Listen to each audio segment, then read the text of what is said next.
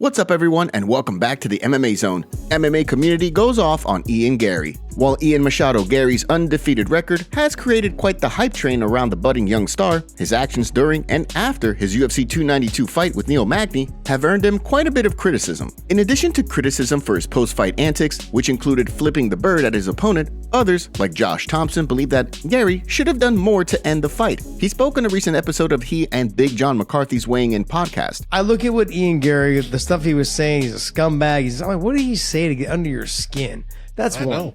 Two is, he literally took the fight on short notice so you can get paid. Show the guy some respect after you beat him. Third, I'm sorry, but the guy took the fight on 1 week's notice and you didn't get him out of there. Like, you had him hurt in the first round with leg kicks. How surprised? Hold on.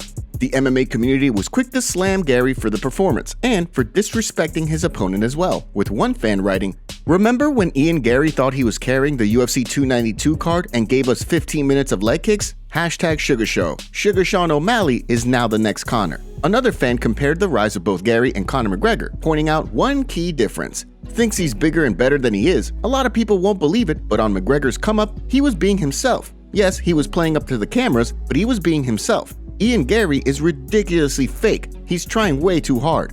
With Garry trying to climb up the ranks, who do you want to see him compete against next? Play matchmaker in the comments section below.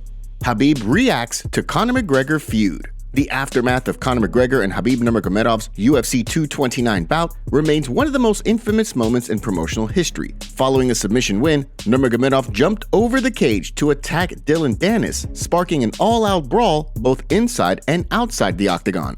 Now, years later, the Hall of Famer has reflected on the situation while speaking on an episode of the Patrick Bet-David podcast. On this fight, I was very relaxed. But when fight, no, I'm honest. I was controlling myself since when we're beginning everything, press conference, this, weigh in, everything.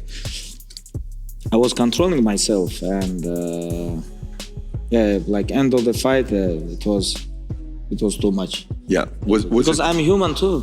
Everybody make mistake, you know. But this fight, this choke, it was not mistake. It was my plan.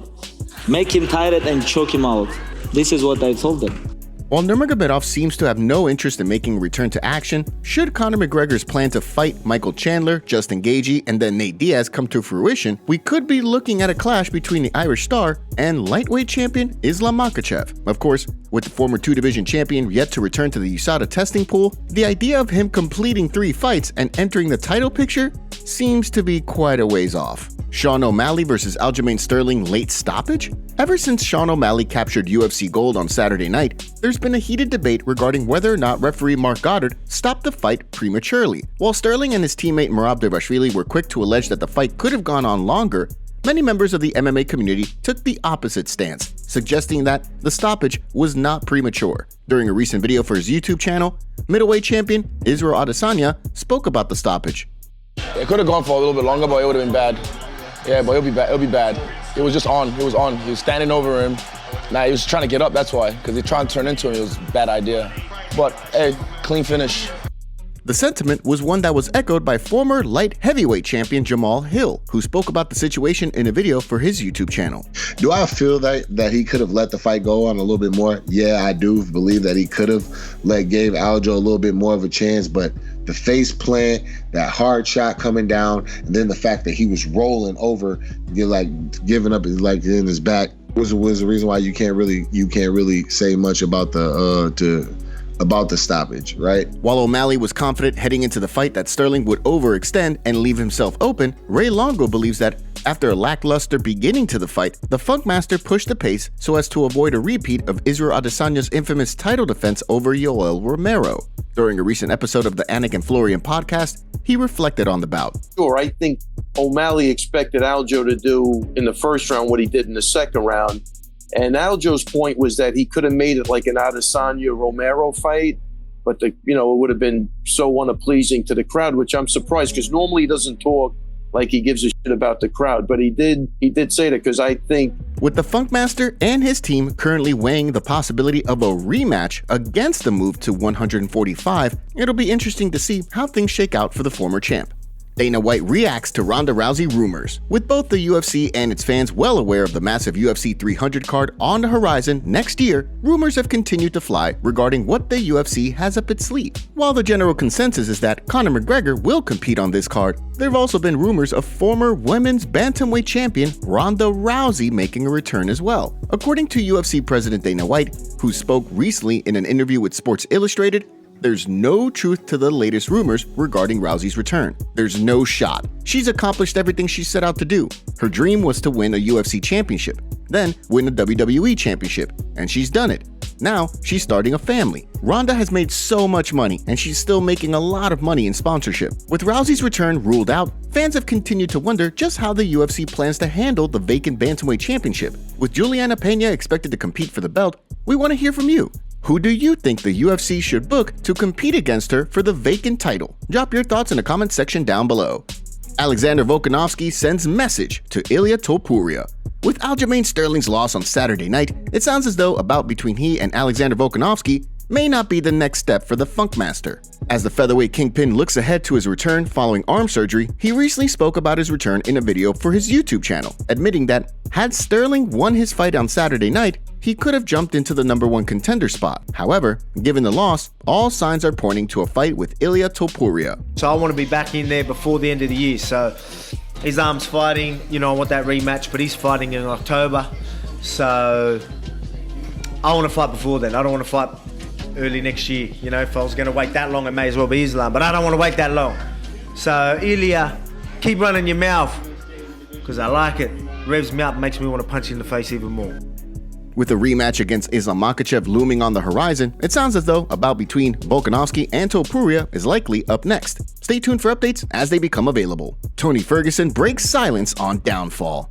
After Tony Ferguson's recent loss to Bobby King Green, many expected the former interim champion to ride off into the sunset, given his recent 6-fight skid. Despite that, Ferguson attributed a large part of the loss to being poked in the eye by Green, a move he maintains was intentional. In a recent post on Instagram, El Cucuy shut down retirement talk while giving fans some insights into how things have been going. As he explained in the post through a series of bullet points, he has not sparred good since his fights with Josh Thompson and Edson Barboza in 2015. In addition, Ferguson notably stated that he simply has not been having fun ever since 2019, revealing that he also used to smile more when he was competing. Despite that, it sounds as though he's making sure that he does not make the same mistakes going forward, writing, "No, I'm not retiring, and f those who think I should. I have work to do, and I'm one pissed off MF." With Ferguson set on competing again, it'll be interesting to see how the UFC handles his next bout. UFC 293 fight saved. Recent reports indicated that Kai Kara-France had been forced to withdraw from his scheduled UFC 293 bout next month in Sydney, Australia. While Manel Kape, his opponent, was less than thrilled with the news and took to social media to rip Kara-France, the UFC has managed to find a short-notice opponent willing to step up. As a result, promotional newcomer Felipe Dos Santos, who's a teammate of Charles Oliveira, has agreed to step in on short notice. The undefeated newcomer will look to keep his 7-fight win streak intact, while Kape looks to build on a recent 3-fight win streak that most recently saw him defeat David Dvorak back in December. With the bout just weeks away, who do you think gets the job done in Sydney? Drop your predictions in the comments section down below. Dana White breaks rules for Sean O'Malley.